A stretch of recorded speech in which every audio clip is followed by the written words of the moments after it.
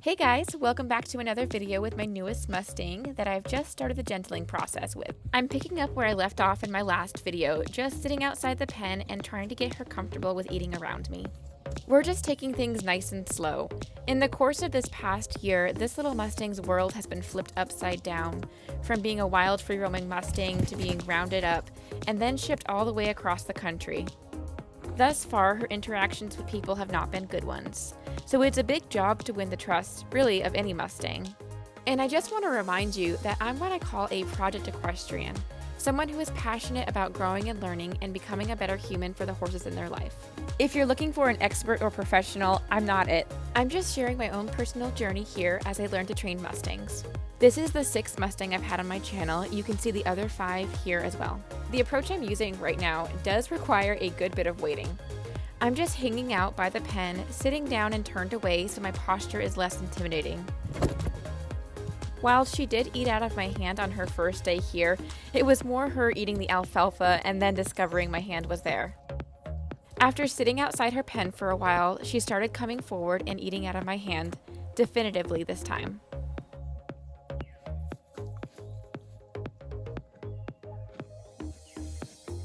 With each new Mustang, I tend to do things a little bit differently as I adapt and change. But one thing I'm consistently doing a lot more of is viewing food as a training tool, especially during the early stages, and especially if you need to work to earn the horse's trust.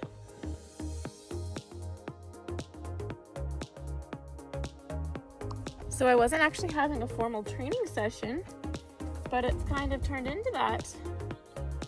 She started coming up to me, eating out of my hand, even though I'm standing. Good girl. It's a really good sign.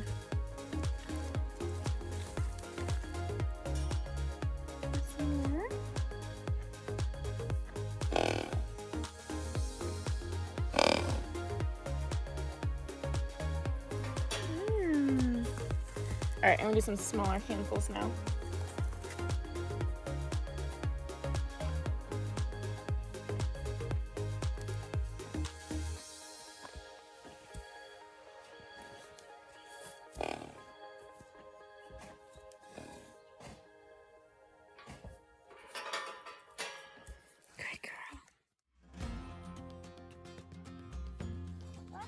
After a few days, she had gotten a little bit more comfortable with me, yet every session requires a bit of a warm-up. She doesn't always come right away, so I back off and let her discover the alfalfa pile. Once she gets a little bit of alfalfa, I return to my station. Then I refill her alfalfa pile, and then I just wait.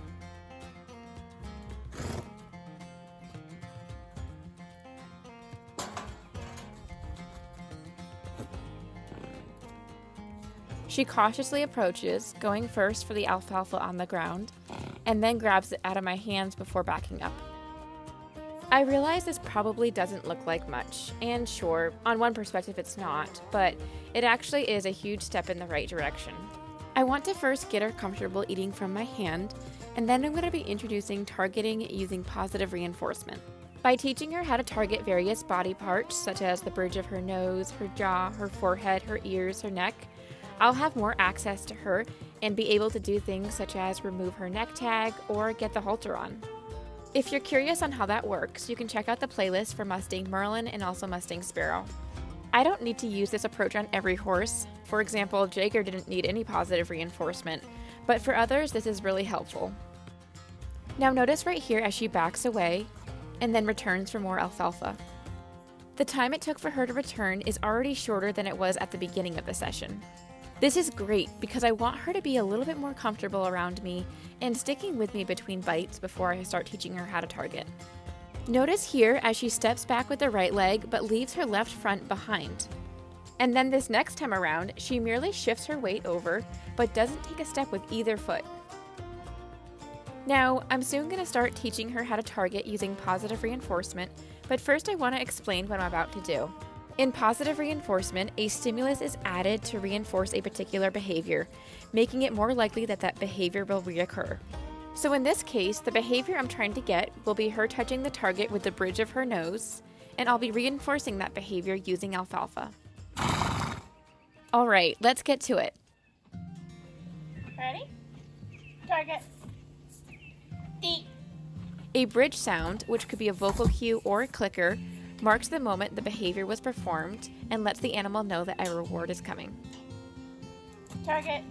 Deep. Now normally I teach the bridge sound first without the targeting so the horse can identify what the sound means, a treat is coming. But for some reason I decided to bundle the two today. Ready?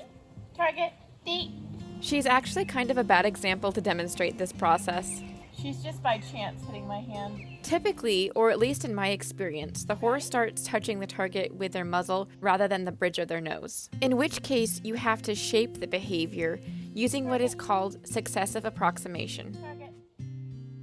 That means you might reward the horse initially when it simply touches the target, and then gradually you'll start upping the criteria for when a reward is given. For example, you'll reward when the horse targets closer and closer to the bridge of the nose. Again, she's a bad example for demonstrating this as she started by targeting with the bridge of her nose. Now, another thing to note is that I am outside the pen in protected contact. This is important for a couple of reasons. Ready? First, because it helps me to set a barrier. When doing positive reinforcement, you want to make sure that the horse isn't invading your personal space. Secondly, and probably more relevant, is that it also provides a barrier around her so that I stay out of her personal space. I can't come any closer than what I am right now, and if she doesn't want to interact with me, she can leave. Now, before I got into Mustangs, you would have never caught me using positive reinforcement, ever.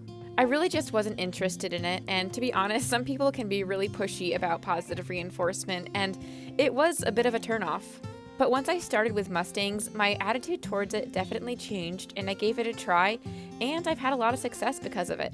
I still consider myself pretty new to positive reinforcement. Again, you're watching a Project Equestrian, and I'm going to be making mistakes in these videos.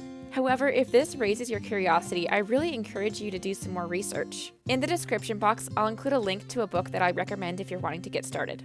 Going back to this session, you might have noticed that I ignored her when she touched my hand with her muzzle, and waited for her to touch it with the bridge of her nose before rewarding. So I'm going to end this session here. I usually do a bunch of short but repetitive sessions when I'm starting out. Also, I wanted to let you know that after this session, I did officially name her. I have been going with a bird theme for my Mustangs, and actually someone suggested this name when I was in the process of naming Sparrow. Many of you have also already guessed the name in the comments, but yes, I decided to name her Raven. Sometimes it's fun to announce the horse's name after you remove the neck tag to represent that they are no longer just a number. But as you can see, her tag actually fell off from the tag holder, so it's not there anyway. Anyway, thank you all so much for watching this video with Raven. We'll see you in the next one. Bye.